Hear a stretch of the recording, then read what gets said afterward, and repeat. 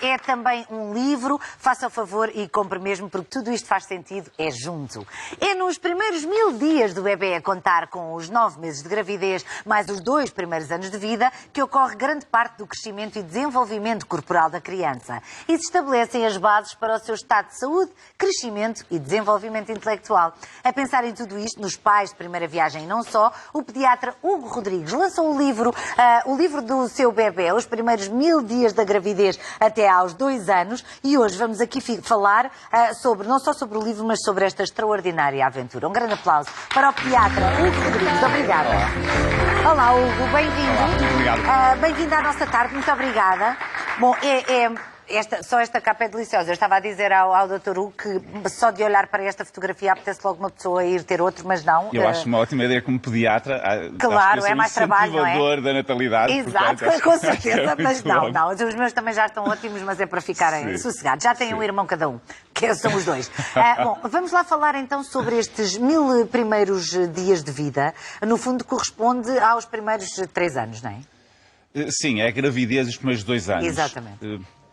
Este Contente conceito... com a gravidez, claro. Exatamente, é a gravidez dos 2 anos. Este conceito dos primeiros 1000 dias foi um conceito que já foi levantado há 3, 4 anos atrás. Até Hillary Clinton foi a grande motivadora, muito vocacionado para os países em vias de desenvolvimento. E depois aquilo que se percebeu é que, efetivamente, se nós otimizarmos estes primeiros 1000 dias, vamos otimizar todo o futuro da criança. Isto parece quase uma fatalidade boa, digamos assim, mas é verdade, porque nós conseguimos ditar muito do que a criança é no presente, à medida que vamos melhorando, digamos assim, as experiências nesses primeiros 1000 dias, mas acima de tudo vamos conseguir programar o futuro da criança enquanto adolescente e enquanto adulto. Exato. Seja em termos de estado de saúde, seja em termos das suas defesas, do seu sistema imunitário, seja em termos das suas capacidades todas, não só intelectuais, mas de socialização, a sua habilidade motora. Tudo isto é muito importante de ser trabalhado logo desde o início. Exato. E, portanto, faz sentido nós investirmos muito nestes primeiros 1000 dias. Então, se nós começarmos pela gravidez, até porque o livro aborda precisamente isso, começa a viagem quando o bebê começa a ser desenvolvido dentro da sua mamã. A gravidez e a forma como nós não só nos alimentamos, como dormimos, como nos sentimos durante a gravidez, também vai ditar um bocadinho daquilo que será a saúde do bebê. Claro, eu dou um exemplo prático que se calhar algumas pessoas nunca ouviram. A alimentação da mãe, quanto mais variada for durante a gravidez, está provado que o próprio líquido amniótico, o líquido onde o bebê está envolvido, vai variando o seu sabor e isto ajuda na aceitação de sabores mais tarde quando se introduzem os alimentos. Portanto, um aspecto pequeno, mas que demonstra bem que tudo o que nós fazemos vai ter alguma influência. Sim, e, exatamente. portanto, devemos aproveitar ao máximo. Claro que nós podemos olhar para estas oportunidades e ter algum receio de falhar. E eu gostava de passar a mensagem exatamente oposta. Porque sabemos que, às vezes, muita informação cria insegurança. O objetivo do livro é exatamente o contrário. É tentar dar informação para que as pessoas possam aproveitar as oportunidades e perceber que este caminho é longo. Apesar de tudo, são 1000 dias e todos os dias seguintes servem para melhorar um bocadinho aquilo que nos correu também para trás. Exatamente. Todos os pais falham, todos os filhos falham. Todos os profissionais falham. Portanto, devemos encarar a maternidade e a paternidade assim com um sorriso e perceber que se nós não decidimos muito bem hoje, vamos decidir melhor amanhã. São 1000 dias e depois continuam. São muitos 1000 dias que temos para a frente. E que assim seja o que mas todos estes queremos a efetivamente vida, ajudam a programar muito do que vai ser para a frente. Sim.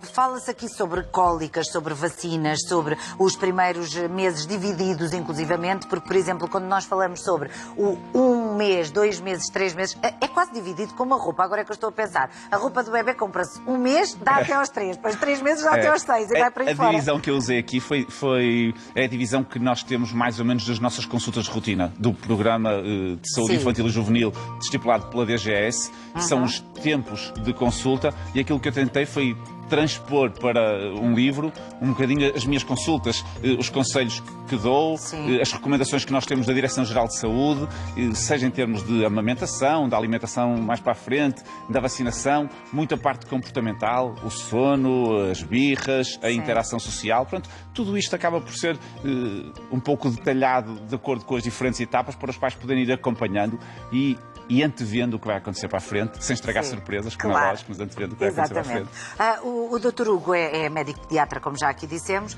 e há uma grande diferença em todos os nascimentos de todos os bebés. Claro. Mas, nesta fase de pandemia, estes bebés vivem uma realidade que os nossos bebés, que nós próprios, que os nossos filhos, mesmo que tenham nascido o ano passado, nunca conheceram, não é? O que é que sente, por exemplo, em relação aos pais que, não sendo de primeira viagem, tiveram bebés numa realidade e estão a ter bebés nesta? Eu acho que, se calhar, os bebés são os que notam menos a diferença de paradigma. Conhecem, não é? Acho que são os que notam menos, até porque para os bebés o que eles precisam é dos pais. Claro. E não ter muitas visitas, se calhar, até é benéfico nos primeiros tempos. Portanto, acho que não são os que vão notar mais. Se calhar crianças maiorzinhas um pouco vão notar mais essa diferença, porque vão estar privadas de alguma socialização, de algum contacto próximo. O português é muito afetuoso nos contactos, nos beijinhos, nos abraços. Nos colinhos. E isso acaba por estar um pouco, eles estão um bocadinho privados. O conselho principal é tentar que os pais redobrem esses cuidados todos.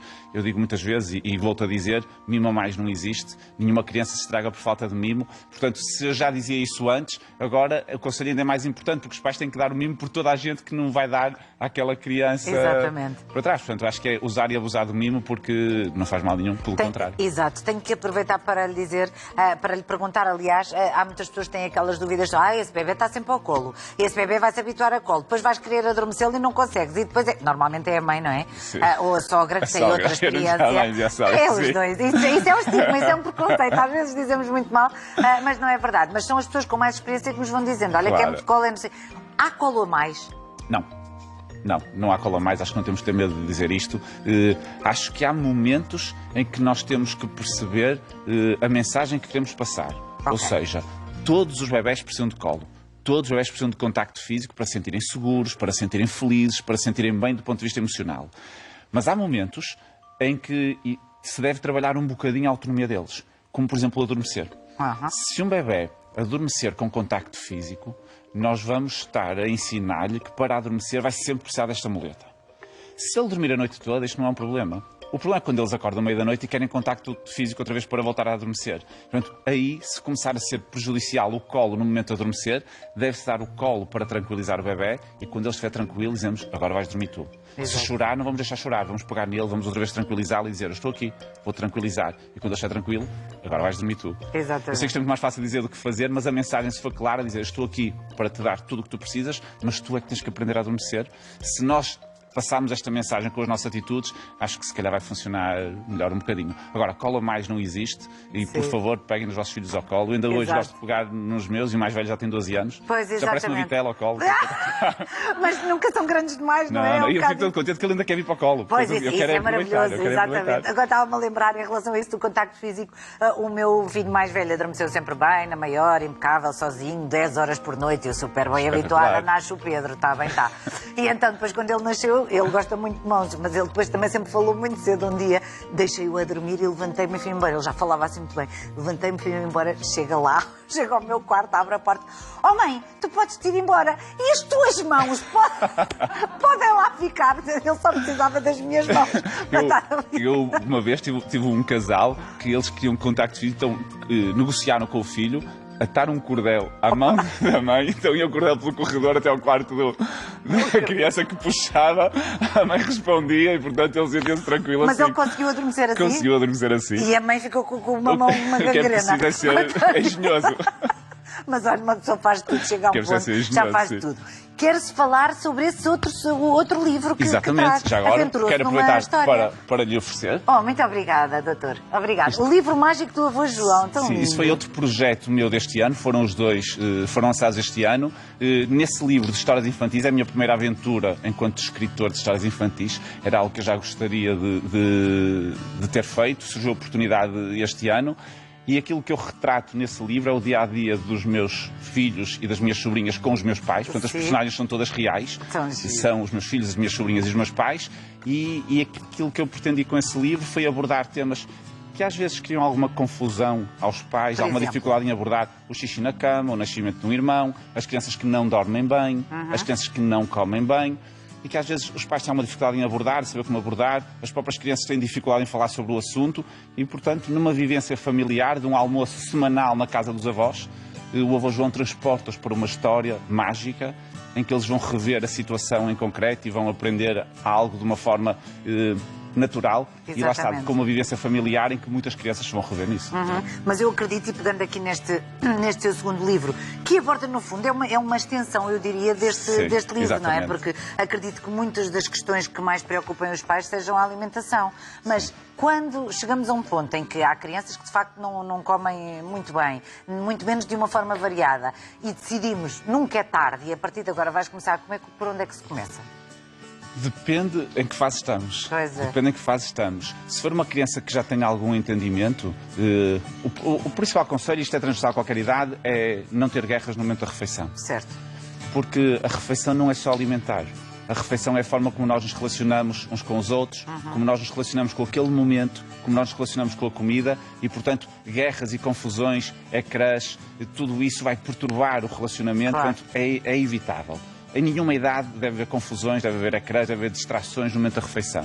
Depois, lá está, depende um pouco da fase em que estamos. Se for uma criança que não come a sopa, porque depois se compensa com outro alimento que ela goste mais, o principal conselho é não compensar, Com é certeza. explicar que tem que comer e depois tentar gerir um pouco os horários. Exatamente. Olha, o que é que o livro é muito recente, o livro do seu bebê, os primeiros 1000 dias de vida, são 2 anos mais a gravidez, olha, é um excelente presente de Natal, por exemplo, mas o que é que lhe têm dito sobre este livro, doutor? Porque isto, no fundo, é a compilação das várias respostas que foi dando em consultório ao longo dos anos, Exatamente, exatamente.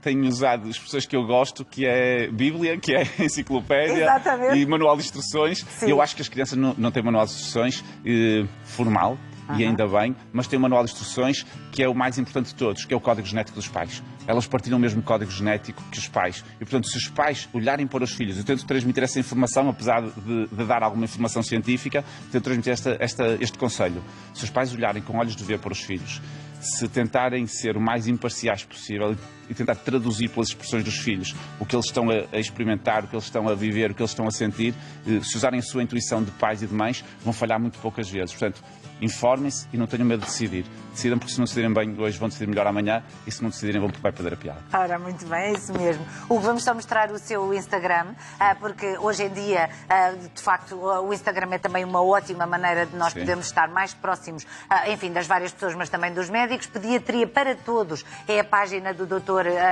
Hugo e, portanto, já sabe, é pediatra em Viana do Castelo. Se vive por perto, ainda vai a tempo. Para quem vive no Centro-Sul, é um bocadinho mais difícil. Sim, podem contactar através das redes sociais, que recebo mensagens de todo lado. Precisamente. Portanto, podem contactar através das redes sociais e podem comprar estes 2 livros. O livro do seu bebê, Os Primeiros 1000 Dias da Gravidez aos 2 anos, e também o livro mágico do avô João, que é também um livro para crianças. Por isso, nós aconselhamos vivamente. Muito obrigada, Muito obrigado, doutor, e boa viagem para Obrigado. casa. Um grande aplauso. Obrigada.